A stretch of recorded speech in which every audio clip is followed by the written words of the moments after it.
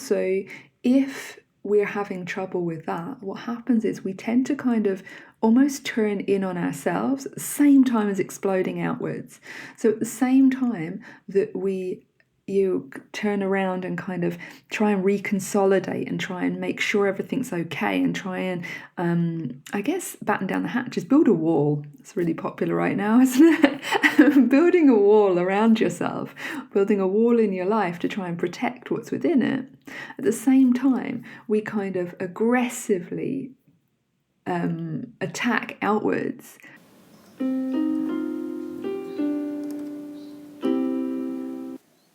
On Stories of Self, we go on journeys into the lives of ourselves and others. We see how stories connect, how they diverge, and how we can create our worlds and solve our problems. This is the real-life remix of storytelling, which is so often stranger than fiction. So come and sit around the fire, chill by the ocean, or get a coffee with me, as I delve into the stories of self that make, break, and remake us.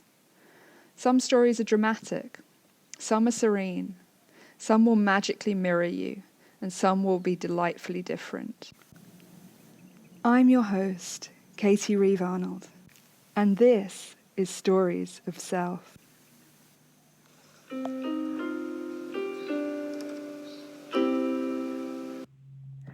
Something I've been thinking about a lot recently is how I'm really over apologizing for and hiding my diversity. There's a lot of talk across pretty much every avenue you work in life that you have to specifically fit that niche. You have to specifically be exactly right and show everything you have that is related to that role.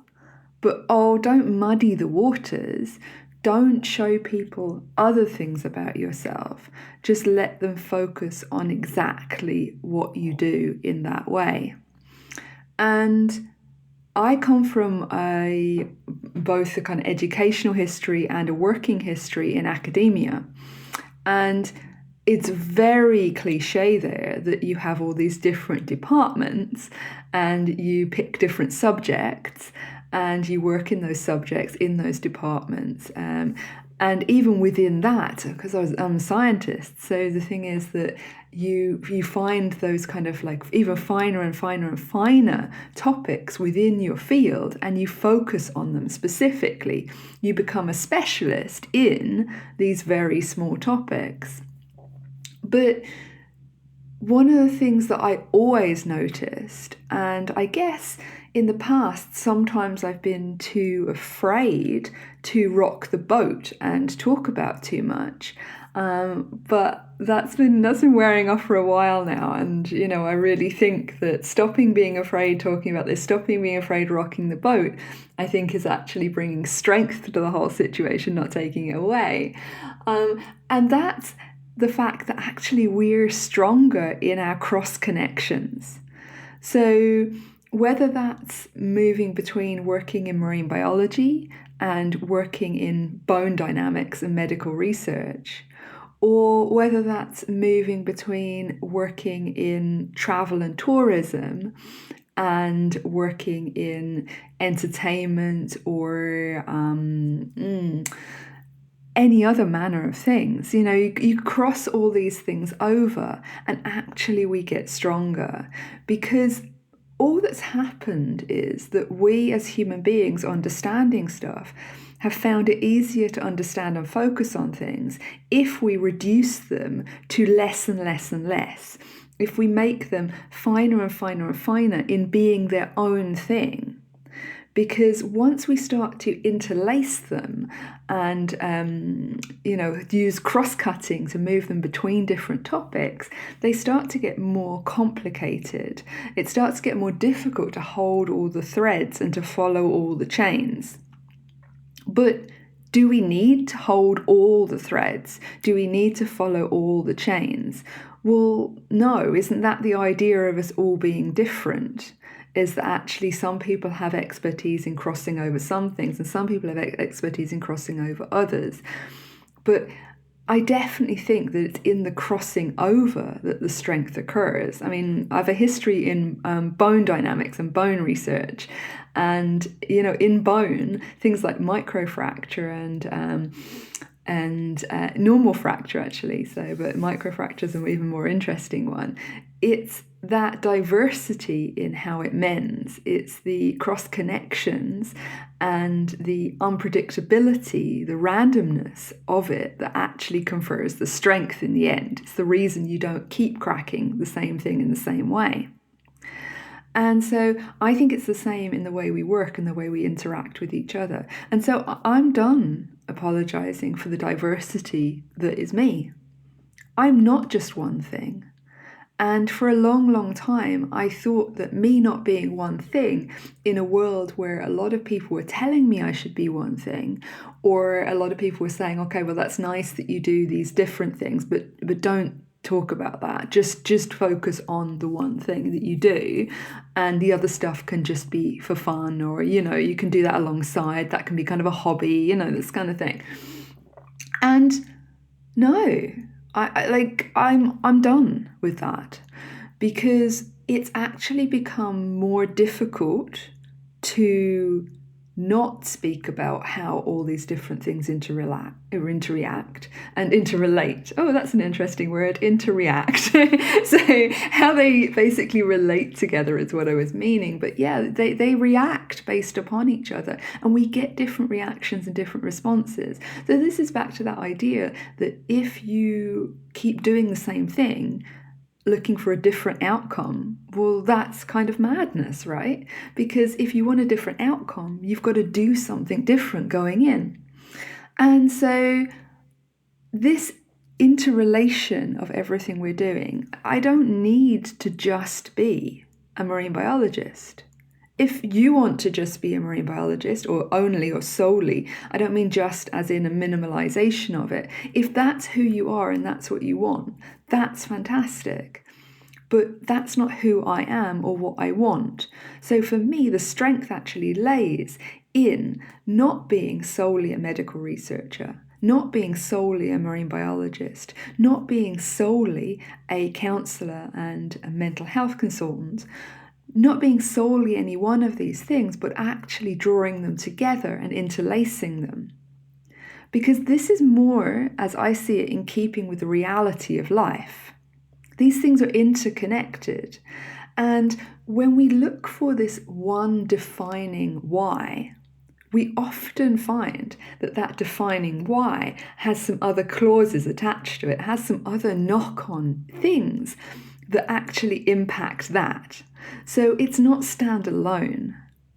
So this is something that, I'm hoping the world will move more and more towards.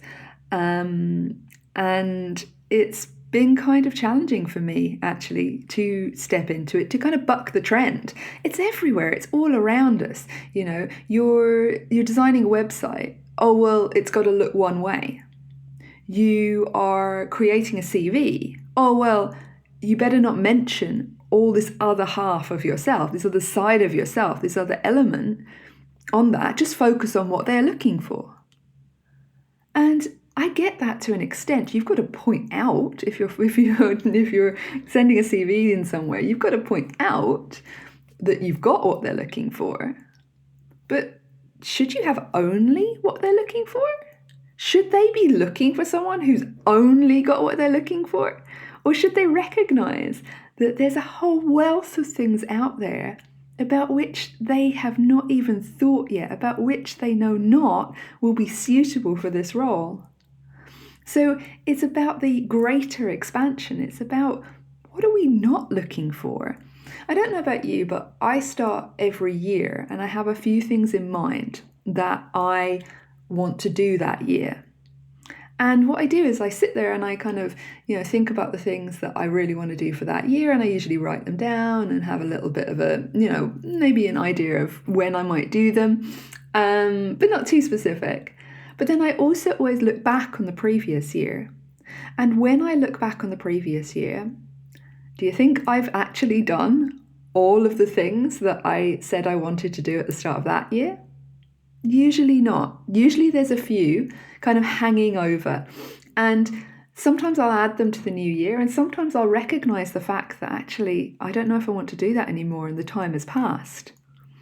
But what I'll always notice looking back on the previous year is that so many of the things that I have done and the things that have brought great joy and great wealth and great enthusiasm to my life and to everyone's life around me, things that have really made a difference in that year. So many of them are things that weren't on my list at the beginning of that year. I had no idea, no concept. I couldn't be looking for them at the beginning of that year. I couldn't be writing them on my list because I didn't know yet about them. I knew not of how valuable they were going to be to me and everyone around me.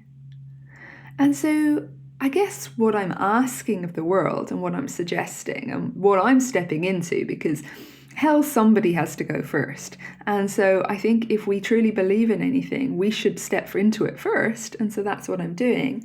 But what I would say is that we should be embracing the diversity, embracing the extra things, not honing someone down or suggesting that they present themselves as only one side of themselves, as these kind of 2D, flat-packed versions of who they truly are. We don't just want that. We want people springing out into life. We want them energetic. We want them diverse. We want them resilient. We want them bringing new ideas and new concepts, new sides, new facets to a discussion or an argument. And in that, we need to be able to embrace them being more than just one thing. We need to let them embrace that too. And so, yeah, that's what I'm bringing today, is my desire to step into my intention and my beingness. I'm already doing it. Stepping into being that more diverse version of myself, openly, publicly. I don't just do one thing. I do many. And that doesn't make me weaker, it makes me stronger. It doesn't make me better than anyone else, but it makes me different. You know, aiming to be better by making someone else less is a losing game. I'm aiming to be great by making myself more. So, what about you? What is there in your life that you resonate with, that it is you, but it's not the you that you've always publicly been? What is there in your life that you can bring into everything you think you're supposed to be in work or at home, with friends, wherever it is? What is there that's true about you, but you always kept it kind of separate?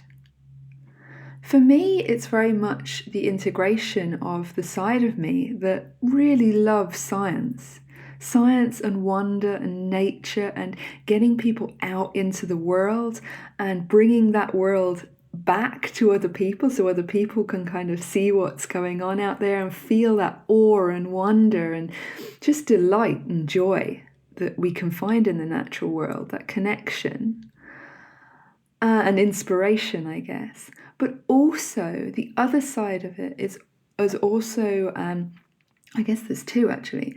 One of them is maybe more interrelated. Well, no, they're both interrelated, okay? It depends how you look at it. So, and that's the thing about everything. Everything's interrelated. It depends how you look at it. So one of them is mental health and just general kind of well-being, because realistically, if we can't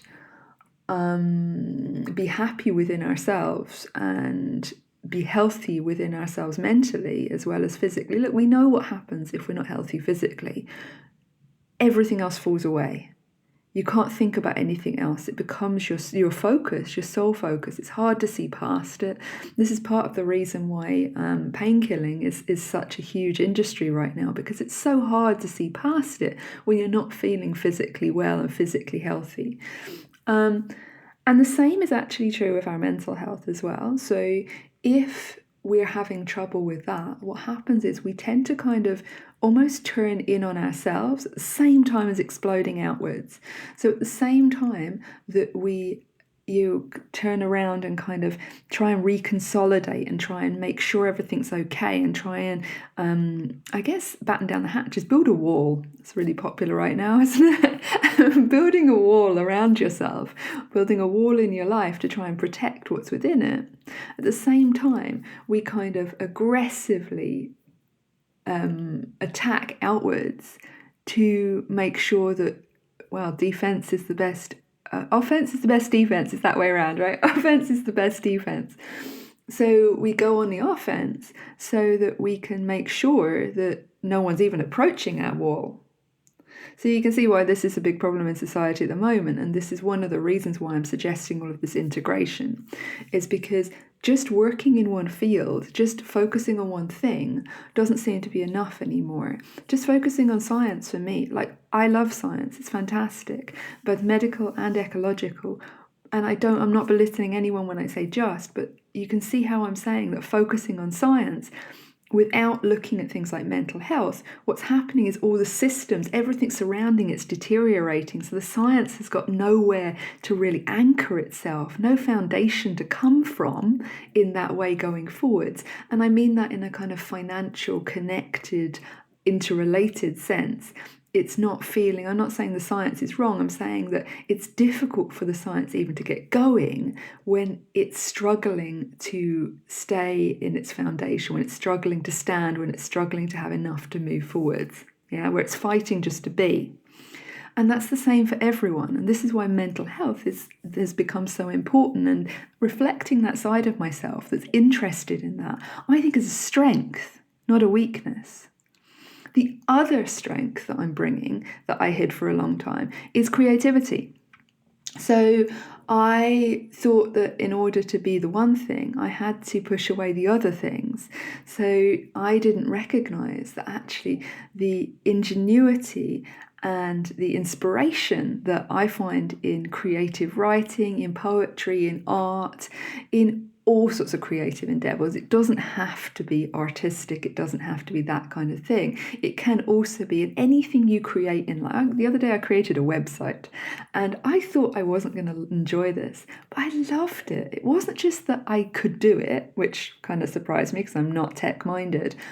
But, well, I say that, but then I've created some technical equipment in the past from scratch, in a kind of workshop for science.